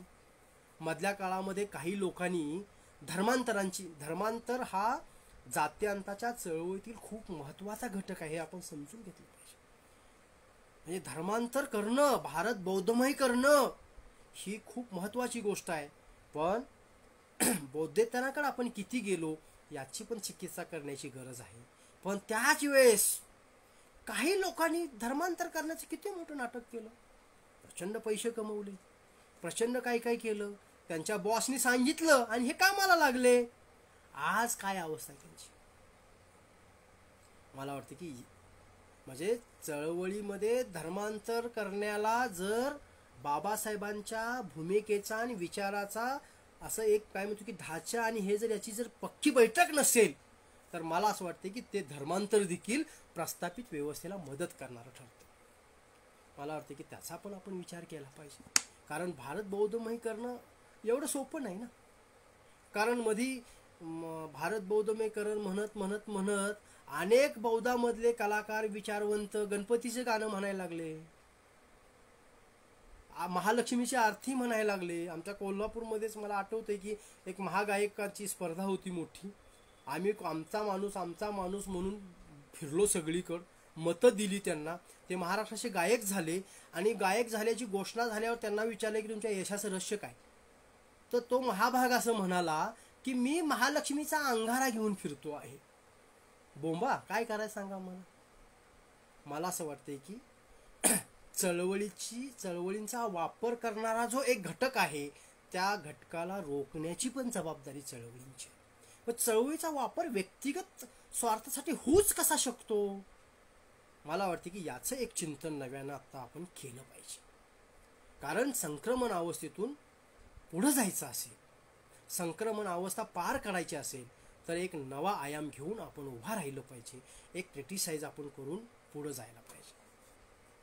म्हणजे आज एकूण जेव्हा आपण विचार करतो, चर्चा करतो, तेव्हा या देशामधलं जात वास्तव काय आहे, या देशामधलं वर्ग वास्तव काय आहे, या देशामधला सांस्कृतिक वाद काय आहे, या देशामधला मानवमुक्तीच्या लढाईचा संघर्ष काय आहे. मला वाटते की हेही आपण समजून घेतलं पाहिजे. कारण जगामध्ये ज्या क्रांत्या झालेल्या आहेत, जगामध्ये ज्या पद्धतीचे संघर्ष उभा राहिलेले आहेत त्याचे फॉर्म वेगवेगळे आहेत, त्याचे प्रत्यक्ष लढाई पण वेगवेगळ्या पद्धतीची आहे. म्हणजे आम्ही म्हणत असतो हे हिटलरचे वारसदार. बर, मग तुम्ही ज्यांचे वारसदार आहात त्यांना रोखण्यासाठी तुमच्याकडे कुठला कृती कार्यक्रम आहे याची पण चर्चा आपण केली पाहिजे. म्हणजे प्रतिक्रांतीच्या डावामध्ये इथल्या चळवळी अडकलीत की काय असं आता वातावरण तयार झालेलं आहे. म्हणजे एकूण जी काही आत्ताची एकूण सगळी चळवळ बघतोय, चळवळ आपण काय म्हणतो, अरे आम्ही लय काम करतोय पण मीडिया काही आमची दखल घेत नाही.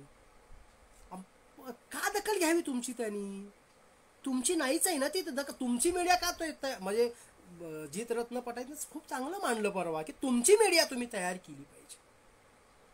तुमची मीडिया जेव्हा वंचित बहुजन आघाडीची एक मीडिया तयार केली गेली आणि एक काय झालं की झाड झाड झाड सगळीकडे चाललं, तेव्हा त्यात पण काही प्रतिगामी घुसले आणि त्याला ते चुकीचं मांडायला लागले.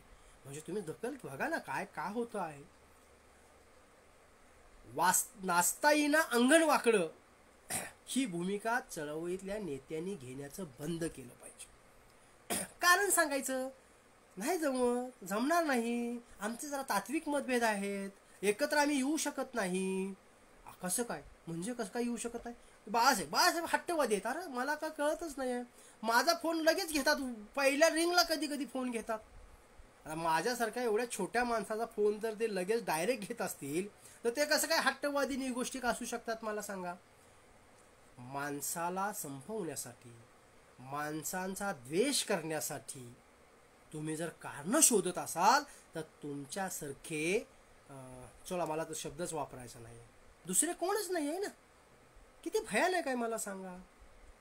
म्हणजे जे चांगलं होतं आहे त्याला क्रिटिसाइज करायचं आणि तुम्ही मात्र काहीच करायचं नाही.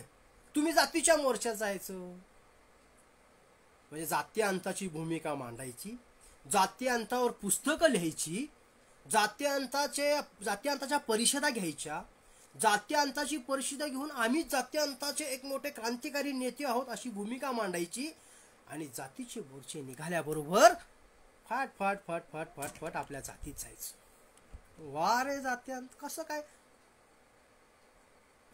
नाही, मला असं वाटतंय की आपण या पातळीवरती आणि या टप्प्यावरती एकत्र येण्याची जी गरज आहे, संक्रमण अवस्थेतनं चळवळी बाहेर येऊन चळवळीला जेव्हा एक नवा आयाम देण्याची गरज आहे, तेव्हा इथल्या बुद्धिवाद्यांनी, इथल्या कलावंतांनी, इथल्या लेखकांनी, इथल्या कार्यकर्त्यांनी एकत्र येऊन एक नवं क्रिटिसाइज करून, कारण संवाद, वाद, प्रतिवाद ह्या खूप होण्याच्या गोष्टी आहेत आणि एक नवं दखलपात्र चळवळ, व्यापक चळवळ, ह्याचा अर्थ ह्या जुन्या चळवळी बंद करा किंवा त्या नको असं म्हणत नाही, पण एक नवा भूमिका घेऊन उभा राहणाऱ्या चळवळी मला असं वाटतं की आता उभा करण्याची गरज आहे.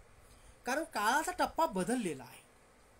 काळाच्या पुढच्या टप्प्यावरती आपण जेव्हा येतो तेव्हा शत्रू काय विचार करतो, शत्रूची हत्यारं कोणती आहेत, शत्रूचे साधनं कोणती आहेत, या पार्श्वभूमीवरती मला असं वाटतं की आपण आपली साधनं तयार करण्याची गरज आहे. म्हणजे आमचे कलाकार आम्ही जपले पाहिजेत, त्यांच्या सोबत उभा राहिलं पाहिजे. आज कलाकारांच्या कार्यक्रम होत नसल्यामुळे त्यांची प्रचंड वाईट अवस्था आहे. त्यांना मदत करण्याची भूमिका घेतली पाहिजे आपण, त्यांना जे जमल ते सहकार्य करण्याची भूमिका घेतली पाहिजे. आमचे जे जे सांस्कृतिक मंच असतील, आमचे जे जे कलाकार असतील, जे जे लेखक असतील, त्या लेखकाची पुस्तकं घेतली पाहिजेत, वाचली पाहिजेत. मी प्रकाशक आहे म्हणून सांगत नाही, लक्षात ठेवा.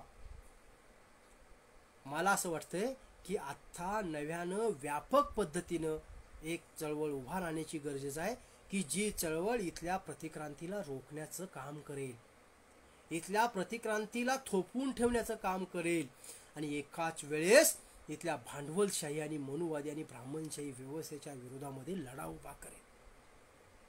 सोपं काम नाही आहे, खूप अवघड काम आहे. कारण साचलेल्या डबक्यातील नेत्यांनी चळवळीमध्ये नवी माणसं येणार नाहीत. नवं कोण काय बोलत असेल, नवं काय मांडणी करत असेल तर ती व्यापक पद्धतीनं समजून न घेता त्यांना क्रिटिसाइज करणं, त्यांना संपवणं, त्यांना संकटात टाकणं अशी काम आमचीच काही मंडळी करत आहेत, लक्षात ठेवा. म्हणजे जी मंडळी काल परवापर्यंत आमच्या सोबत होती ती मंडळी तिकडं काहीतरी मिळून लगेच गेली. दुसरं एक महत्वाचं मला असं वाटतं की आपण इथं मांडायला पाहिजे मित्रांनो, आपण चळवळीची साधनं उभा केली पाहिजे. म्हणजे चळवळीसाठी पैसा लागतो, चळवळीसाठी साधनं लागतात, ही साधनं उभा केली पाहिजेत. ती लोकवर्गणीतून, लोकसहभागातून उभी केली पाहिजे. म्हणजे आज अनिल मामानेची प्रकाशन संस्था नसती तर अनिल मामाने एवढं काम करू शकला नसता ना, हे लक्षात येत नाही लोकांना. लोक काय म्हणतात, अनिल मामाने व्यवसाय करतो. हा ठीक आहे ना, आम्ही कुठं नाही म्हणतोय, अनिल मामाने व्यवसायच करतोय, पण अनिल मामानेंचं एक पुस्तक प्रस्थापित व्यवस्थेला मदत करणार आहे का दाखवा ना. अनिल मामानेच्या कामावर बोला ना, आमच्या सिद्धार्थ कांबळेच्या कामावर बोला, कपिलच्या कामावर बोला, दयानंद ठाणेकरांच्या कामावर बोला, सुरेश केसरकर सरांच्या कामावर बोला, आमच्या सुरेश शेळके सरांच्या कामावर बोला. त्यांना काही पगार मिळतो झालं, बाकी काय. आमचे डॉक्टर गिरीश मोरे सर, खूप मंडळी अशी आहेत, सोमनाथ कदम सर आहेत तिकडं, आमचे सतीश, अशी खूप प्राध्यापक लोक आहेत जे आपलं सगळं जगत असताना चळवळी पुढं गेल्या पाहिजेत म्हणून विचार करतायत आणि त्यांच्यासोबत उभा राहतात, मदत करतायत. आपण काय म्हणणार, त्यांना काय कमी आहे, पगार घेतली का उपकार केला. अरे पण किती प्राध्यापक आहेत असं करणार. हे मला असं वाटतं की काम करणाऱ्या माणसासोबत क्रिटिसाइज न करता उभा राहण्याची एक नवी परंपरा आपण तयार केली पाहिजे, उभा राहिलं पाहिजे. तरच येणारा काळ हा आपल्यासाठी सुंदर असणार आहे. मला असं वाटते की आपण अशा गैरसमजात राहता कामा नये की हे सगळंच नकारार्थी आहे. असं नाही आहे, हे वास्तव आहे, हे खरं आहे. पण जगाच्या पातळीवरती, भारताच्या पातळीवरती अनेक चळवळी उभा राहत आहेत, अनेक त्यागी लोक उभा राहत आहेत, अनेक संघर्ष उभा राहत आहेत, अनेक कलाकार आपली नवी कला घेऊन येत आहेत, अनेक चित्रकार आपली नवी कला या ठिकाणी निर्माण करत आहेत, अनेक शिल्पकार नवे शिल्प तयार करत आहेत, अनेक नवी गाणी लिहिली जात आहेत, अनेक नवी पुस्तकं लिहिली जात आहेत, अनेक लेख संघर्ष सगळं काही जगाच्या पातळी आणि भारताच्या पातळीवरती सुरू आहे. ते कधी आपल्यापर्यंत पोचलंय वगैरे मला माहीत नाही आहे, पण जगाच्या पातळीवरती आणि देशाच्या पातळीवरती पर्यायी समाज व्यवस्था, मानव मुक्तीसाठीची एक समाज व्यवस्था, समतावादी समाज व्यवस्था त्या त्या देशामध्ये त्या त्या भागामध्ये निर्माण व्हायला पाहिजे. यासाठी व्यापक पद्धतीनं अनेक तरुण बाहेर पडलेले आहेत, अनेक तरुणी बाहेर पडलेले आहेत, अनेक स्त्री पुरुष बाहेर पडलेले आहेत. हे समजून घेतलं पाहिजे.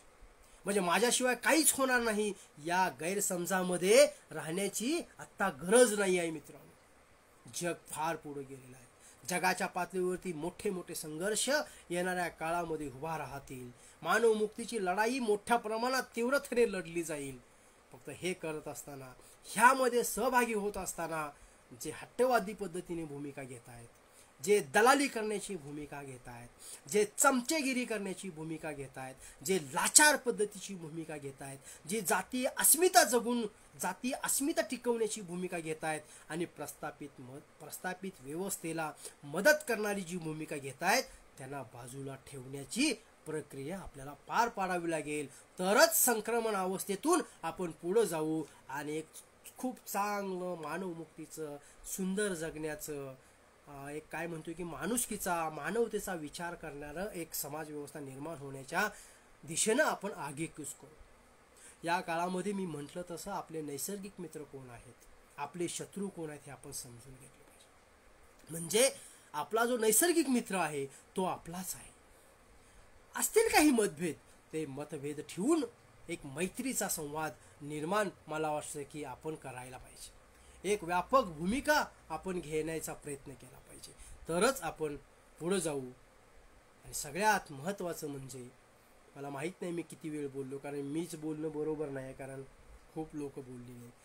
तर आपले कलाकार जपले पाहिजेत, आपले लेखक जपले पाहिजेत, आपल्या लेखकांना लिहायला लावलं पाहिजे, नवीन विषय दिले पाहिजेत, त्यांचं वाचलं पाहिजे, त्या वाचण्यावर क्रिटिसाइज केलं पाहिजे. तरच मला असं वाटते की आपण पुढं जाऊ. कारण एक एक कार्यक्रमाची खूप वेळा आपण असं म्हणत असतो की माणसं मेली म्हणजे विचार संपत नसतात, पण असं नाही आहे मित्रांनो. विचाराचे वाहक संपणं हेही तितकंच धोक्याचं आहे. म्हणजे पानसरे यांचा खून झाला आणि मी गोविंद पानसरेंची टोपी घातली म्हणजे तो वारसदार नसतो. पानसरे यांचं काम आपण कसं पुढे घेऊन जातोय, दाभोलकरांच्या त्यागाला आपण कसा न्याय देतो आहे, गौरी लंकेश, कलबुर्गी सर यांना जे सनातनींनी मारून टाकलं, यांच्या त्यागाचं चळवळीमध्ये आपण रूपांतर कसं करतो आहोत, मला असं वाटतं की याचा विचार नव्यानं आपण केला पाहिजे. म्हणजे वारसामध्ये, वंशवादामध्ये आपण अडकता कामा नये. वादामध्ये, वंशवादामध्ये आपण अडकता कामा नये मित्रांनो. लक्षात ठेवा, आपण मानवमुक्तीचे सच्चे मित्र आहोत, जिवलग दोस्त आहोत, ही भूमिका घेऊन आपण पुढे जायला पाहिजे. लक्षात ठेवा, कारण आज लढणाऱ्या माणसासोबत उभा राहणं ही देखील एक चळवळ आहे. लक्षात ठेवा, लिहिणाऱ्या माणसासोबत उभा राहणं ही देखील एक चळवळ आहे. बोलणाऱ्या माणसासोबत उभा राहणं ही देखील एक चळवळ आहे. लक्षात ठेवा, कलाकारांना गावागावात जाऊन त्यांच्या कला सादर करायला लावणं ही देखील एक चळवळ आहे. लक्षात ठेवा, चळवळ आणि विचार मगाशी म्हटलं तसं मी, जेव्हा जनमनाची पकड घेतात तेव्हा ती एक क्रांतिकारी भौतिक शक्ती बनत असतात. कारण विचाराला कृतीची जोड असणं आणि कृतीसोबत विचार असणं ही खूप महत्त्वाची गोष्ट आहे. इतिहासामध्ये गेल्या 60-70 वर्षामध्ये डाव्या आंबेडकरवादी परिवर्तनवादी चळवळीने ज्या चुका केल्या, त्या चुकांचं क्रिटिसाइज करणं गरजेचंच आहे, पण त्यांचे संघर्ष नाकारता कामा नये, त्यांच्या केलेल्या लढाया नाकारता कामा नये, त्यातल्या त्यागी माणसाचं त्यागीपण नाकारता कामा नये. जेव्हा आपण त्यांच्या खांद्यावरती उभा राहत असतो तेव्हा आपण त्यांना समजून सांगितलं पाहिजे, बाबांनो आम्हाला जरा पुढचं दिसतं आहे, थोडंसं आपण हे बदलायला पाहिजे. हा, इथं कोण हट्टवाद करत असेल तर त्यांना बाजूला काढण्याची भूमिका चळवळीने घेण्याची गरज आहे. डाव्यांना समजून सांगायला पाहिजे, अरे बाबांनो नाही, असं नाही चालणार, भांडवलशाहीला मदत करणारे कार्यक्रम तुम्हाला घेऊन नाही चालणार. हा मुद्दा आपण समजून घेतला पाहिजे. तसाच आंबेडकरवाद्यांना सांगितलं पाहिजे, बाबा शत्रू सोबत जाऊन मैत्री होत नसते, कारण मानवमुक्तीच्या लढाईमध्ये कष्टकरी जनतेला सोबत घेणं, त्यांच्या सोबत उभा राहणं ही सगळ्यात महत्वाची गोष्ट आहे. म्हणून मी म्हटलं की बाबासाहेब म्हणाले होते की माझं एक गाणं आणि वामन कर्डक सरांची एक गाणं आणि माझी 10 भाषणं समान आहेत. मी परत सांगतोय, आमचे तरुण पोरं जी वेगवेगळ्या अंगानं कलेमध्ये प्रयोग करत आहेत, सांस्कृतिक चळवळ फार महत्वाची आहे. कारण आज बघा ना, जे सगळे त्यांची टीव्ही आहे, त्यांचे सगळे चॅनल आहेत, त्या सगळ्या चॅनलचा जर कार्यक्रम बघितला तर माणसाचा मेंदू बधीर करण्याचं काम हे सगळे चॅनल करतात. इथल्या मनुवादी ब्राह्मणशाही व्यवस्थेचे विचार इथल्या आमच्या घरात पोचवले जातात. स्त्रियांच्या संबंधासंबंधितलं सगळं विकृतीकरण या सगळ्या मालिकेमधनं आमच्या डोक्यामध्ये बिंबवलं जात आहे. हिचं लपडं तिच्यासोबत, तिचं लपडं त्याच्यासोबत, ह्याची भानगड त्याची, माझ्या नवऱ्याची बायको, त्याच्या नवऱ्याची दुसरी बायको, ती सगळी एकत्र येत आहेत, नांदतायत. अरे कुठली संस्कृती तुम्ही आमच्या समाज व्यवस्थेमध्ये रुजवता आहात? आणि आम्ही म्हणणार रिमोट तुमच्या हातात आहे, कुठलाही रिमोट लावा तेच. पण आमचा संभाजी जेव्हा गाणं म्हणतो, आमचा सचिन असेल, शीतल असेल, आमचा धम्मा असेल, ही मंडळी जेव्हा नवं गाणं लिहितायत, नवं गाणं बोलतायत, तेव्हा ते गाणं लोकांपर्यंत पोहोचवण्याची गरज मला असं वाटते की आपली आहे. म्हणजे जप कसा करावा हे पुस्तक जर त्यांच्या घराघरात जात असेल तर आमची पुस्तकं, आमच्या विचारांची पुस्तकं लोकांमध्ये जाण्याची गरज आहे मित्र. बाबासाहेब, महात्मा फुले, शाहू महाराज आणि मी म्हणेन कार्ल मार्क्स देखील आपण नव्याने समजून घेतले पाहिजे. कारण काळ बदलतो तेव्हा त्या सिद्धांतामध्ये, त्या कृती कार्यक्रमामध्ये विकास करण्याची नैतिक जबाबदारी आपली असते. मूळ विषयाला फाटा न देता. लक्षात घ्या, बाबासाहेबांनी का सांस्कृतिक लढाईला महत्व दिलं होतं, महात्मा फुलेंनी का सांस्कृतिक लढाईला महत्व दिलं होतं, याचा मला असं वाटतं की आपण विचार केला पाहिजे. म्हणजे शहीद भगतसिंगासारखे तरुण याच देशातले आहेत, हा आदर्श आपण लोकांसमोर ठेवला पाहिजे, लोकांना दिला पाहिजे. चळवळीच्या नावावरती तिकडं जाऊन काहीतरी मिळतंय म्हणून भूमिका घेणाऱ्यांना खड्यासारखं बाजूला करता यायला पाहिजे. ही जर एक व्यापक पातळीवरती भूमिका जर येणाऱ्या काळामध्ये आपण घेऊ शकलो तर मला असं वाटतंय की संक्रमण अवस्थेमधनं या चळवळी पुढे जायला आपल्याला मदत होणार आहे. घटना जाळायचं बघितलंय आपण. RSSच्या वेबसाईटला मित्रांनो जाऊन बघा, पर्यायी राज्यघटना तयार आहे. कोरोनामुळे सगळं थांबलंय. त्यांचे कार्यक्रम, राम मंदिराचा कार्यक्रम आणला पुढे, त्यांनी 370चं कलम आणलं त्यांनी. आम्ही काय घोषणा केल्या आणि आम्ही काय केलं? मला असं वाटतंय की शत्रू जेव्हा प्रतिक्रांतीच्या उंबरठ्यावर येऊन उभा थांबलेला असतो तेव्हा आम्ही देखील तितक्याच ताकदीनं लढणाऱ्या माणसासोबत उभा राहिलं पाहिजे. कारण मतभेद बाजूला ठेवून एकत्र येऊन नवं काहीतरी होत असेल तर क्रिटिसाइज न करता, त्याला दोषणं न देता, हे काय कामाचं आहे असं न म्हणता ते समजून घेतलं पाहिजे. मैत्री मैत्री ही खूप महत्वाची गोष्ट आहे. दोस्ती ही खूप महत्वाची गोष्ट आहे. आपल्यामध्ये एक मैत्री तयार झाली पाहिजे. जातीच्या पुढे जाऊन, धर्माच्या पुढे जाऊन एक विचाराच्या पातळीवरती आपण एकमेकांना मैत्रीचा हात दिला पाहिजे. आपण एकमेकांच्या सुखदुःखामध्ये सहभागी झालं पाहिजे. एकमेकाला काय म्हणायचं आहे हे समजून घेण्याचा प्रयत्न केला पाहिजे. आज सगळ्याच बुद्धिवाद्यांवरती, सगळ्याच विचार करणाऱ्या माणसांवरती, सगळ्याच कलाकारांवरती आणि सगळ्याच विवेकशील संवेदनशील नेतृत्वावरती खूप मोठी ऐतिहासिक जबाबदारी येऊन टेकलेली आहे.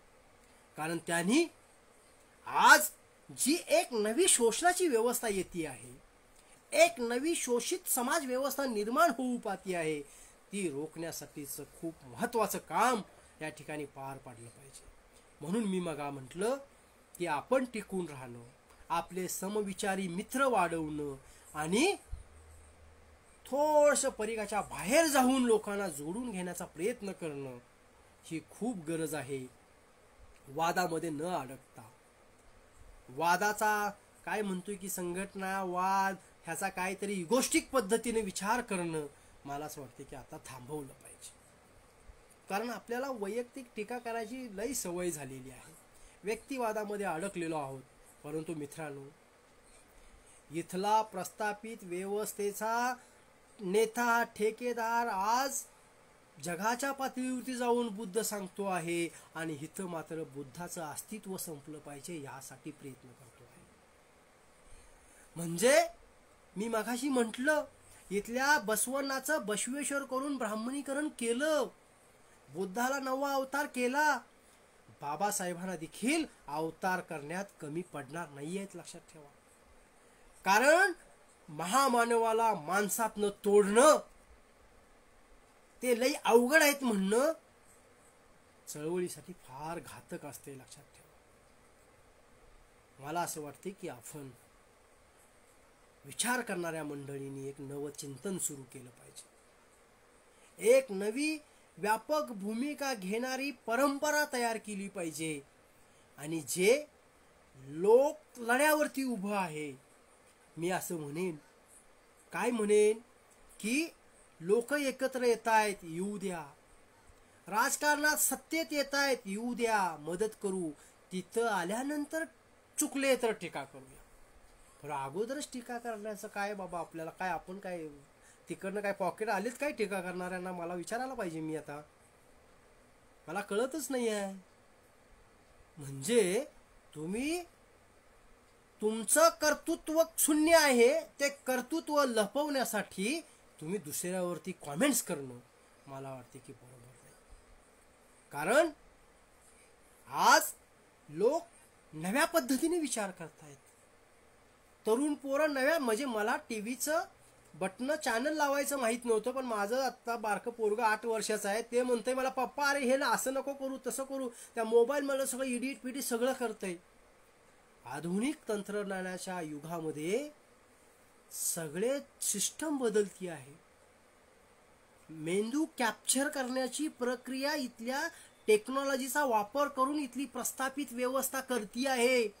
अशा काळामध्ये आम्ही आपापसात बोलत बसलेलो आहोत. जातीचे अंश डोक्यातले काढायला तयार नाही आहोत आपण. जात्यांताची लढाई लढण्यासाठी सक्षम होण्याची गरज असताना आपण जातीमध्ये बंदिस्त होण्याची प्रक्रिया करतो आहोत. महामानवांना जातीमध्ये बंदिस्त करण्याची प्रक्रिया करतो आहोत. ज्या देशामध्ये महामानव जातीमध्ये विभागले जातात. आणि एक फार मोठा कवी आहे, लेखक आहे, तो म्हणतो की तुम्ही मला तुमच्या देशातली तरुणाच्या ओठावरचे गीत सांगा, मी तुमच्या देशाचं भविष्य सांगतो. आणि मला सांगा, जिस देश का बच्चा भूखा हो उस देश की जवानी क्या होगी. अरे जिस देश का बच्चा भूखा हो उस देश की जवानी क्या होगी, और जिस देश का शासक ही शोषक हो उस देश की कहानी क्या होगी. काय म्हणतोय समजून घ्या. जिस देश का शासक शोषक हो उस देश की कहानी क्या होगी. ही कहाणी बदलायची असेल तर आपल्याला नव्यानं विचार करण्याची गरज आहे, नव्यानं क्रिटिसाइज करण्याची गरज आहे. आणि ती करत असताना आपल्यामध्ये मानवता आपण सोडता कामा नये, मैत्रीचा हात पाठीमागं घेता कामा नये. आणि जे चांगलं चाललं आहे त्याच्यासोबत उभा राहणं आणि जे वाईट आहे त्यांना बाजूला काढण्याची ताकद आपण चळवळीमध्ये निर्माण केली पाहिजे. तर मला असं वाटते की येणारा काळ हा आपल्यासाठी सुंदर असणार आहे. येणारा काळ आपल्यासाठी वेगळं काहीतरी भविष्य घेऊन येणारा असणार आहे. नाहीतर मित्रांनो फार अवघड आहे. कारण पुन्हा एकदा वर्णव्यवस्था यायला पाहिजे. समजून घ्या मी काय म्हणतोय. वर्णव्यवस्था तशीच नसेल हो, म्हणजे तुम्हाला जगू द्यायचं नाही, तुम्हाला मरू द्यायचं नाही. आहे काय, तुम्हाला गुलामीतच ठेवण्याची व्यवस्था इथल्या अदानी अंबानी आणि सगळ्यांनी करून टाकली. मी सांगितलं भारताच्या पातळीवरती पहिल्यांदा असं होतं आहे इथली ब्राह्मणशाही आणि इथली भांडवलशाही एकत्र येते आहेत. कोण मला असं म्हणत असेल की हे जरा धर्मनिरपेक्ष आहेत, हे जरा वेगळे आहेत, नाही हो, हे एकच आहेत. तुम्हाला माहित आहे का मागच्या निवडणुकीमध्ये काय झालं? मागच्या निवडणुकीमध्ये घराणेशाही मधल्या तिसऱ्या पिढीला बाहेर काढण्यात यशस्वी झाली पिढी. बघा ना, म्हणजे बाप आमदार होता, पोरगा आमदार होता, आता त्याचा नातू आमदार झालेला आहे. आम्ही काय करायचं? आम्ही त्यांचे जाऊन काय फक्त ताळवं चाटायचं ना. देतात निवडणुकीच्या वेळेस काहीतरी तुम्हाला, पण सत्तेच्या राजकारणामध्ये तिसरी पिढी बाहेर आली आणि आम्ही काय केलं? वंचित मोडून टाकायचा प्रयत्न केला. वाह, किती पाठ थोपटली पाहिजे आपल्या सगळ्या लोकांची, लक्षात ठेवा. नहीं, बहुत गलती कर रहे हैं यार हम लोग. हम ऐसे ही करेंगे तो कैसा होगा, बोलो ना मेरे को. म्हणजे कितनी गलत तरीके से हम सोच रहे हैं. यानी अपना दोस्त, हमें अपना दोस्त नहीं लगता. हमारा दुश्मन का बेटा सत्ते में आता है और हम उसकी खुशियां मनाते हैं. क्या साला जिंदगी है अपनी, कैसा चलेगा दोस्तों? किधर तो ये रोकना पड़ेगा ना, नहीं तो ऐसा ही चलेगा तो ये जो इतिहास है इनको क्या जवाब देंगे हम? क्या जवाब देंगे? हाँ, इतिहास की एक खासियत होती है और तुम्हें कुछ तो जवाबदारी तुम्हारे ऊपर सौंप देता है. उस टाइम अगर आप प्रस्तापित व्यवस्था के जो लड़के लोग हैं उन्हें अगर वो सत्ता में आए इसलिए मदद करेंगे और उनका प्रचार भी करेंगे, वो हीरो, इसका हीरोजन जो है वो अपने सराखों पे लोगे और कहोगे हम मार्क्सवादी है, हम अम्बेडकरवादी है. ये नहीं चलेगा ना. इसे रोकना पड़ेगा दोस्तों, इसे रोकना पड़ेगा. और जो बाबा साहब का सच्चा वारिसदार है उसके साथ रहना पड़ेगा. मार्क्सवाद का जो सच्चा वारिसदार है उसके साथ भी रहना पड़ेगा. तभी हम कुछ तो अलग दुनिया बना सकते हैं. नहीं तो कुछ नहीं होगा मेरे दोस्तों. हम आएंगे, जिएंगे और मर जाएंगे, कुछ नहीं होगा. जो होगा वो पता नहीं कब होगा. ऐसा सोचना आपको बंद करना पड़ेगा.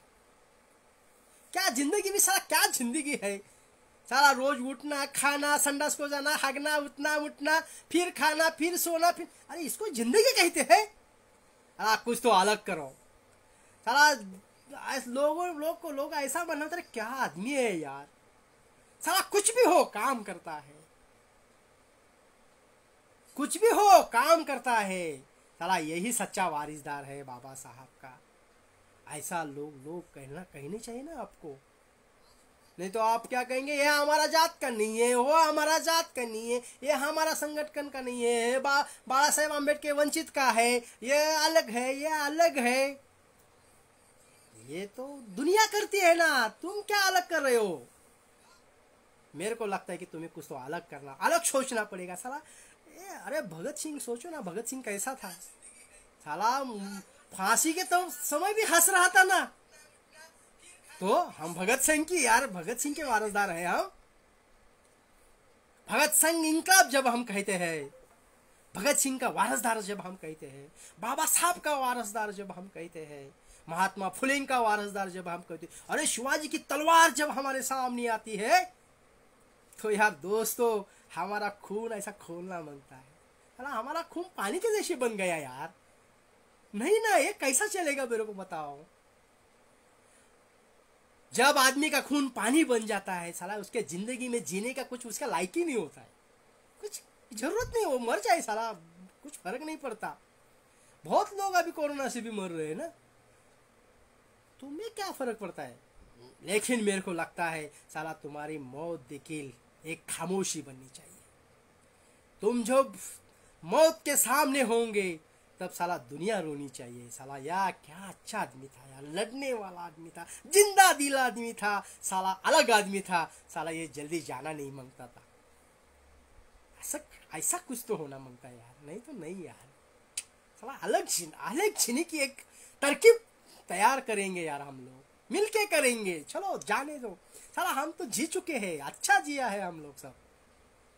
कुछ अलग करो साला, कुछ हिस्टोरिकल करो साला। ऐसा हमको लगना चाहिए यस, अरे ये जो लोग हैं, ये ग्रुप के लोग हैं साला, क्या लोग हैं, वाह साला। इन लोगों ने मूवमेंट को आगे लेके जाने की या बहुत कोशिश की। गिरे तो क्या गिरे, बहुत ऊपर से गिरेंगे यार। मर भी गए तो कुछ फर्क नहीं पड़ेगा, हमें कुछ नहीं फर्क पड़ेगा। आदमी, अरे तथागत ने कहा है ना, मृत्यु अंतिम महीना, क्या फर्क पड़ता है। लेकिन हमारा जो क्या जाने दो, अभी बस आपला मृत्यू देखील या ठिकाणी याला सुंदर व्हायला पाहिजे, म्हणजे आमच्या मरण्यावरती देखील शत्रूला दया यायला पाहिजे, दया यायला पाहिजे। अलग तरीके से कुछ तो करो जिंदगी साला, ऐसे जियो कि बस साला एक तुम्हारे तरीके से तुम्हारा एक माहौल बनना चाहिए। लोग क्या कहते हैं मत सोचो यार, लोग तो कहते ही रहेंगे, क्या फर्क पड़ता है, कुछ नहीं फर्क पड़ता। लेकिन आज अगर खामोश रहे तो कल सन्नाटा छा जाएगा। आज अगर खामोश रहे तो कल सन्नाटा छा जाएगा। हर बस्ती में आग लगेगी, हर बस्ती जल जाएगी दोस्तों। आज अगर खामोश रहे तो कल सन्नाटा छा जाएगा, हर बस्ती में आग लगेगी, हर बस्ती जल जाएगी। और उस बस्ती के साथ के पीछे से एक ही आवाज आएगी, कोई नहीं, कोई नहीं, कोई नहीं।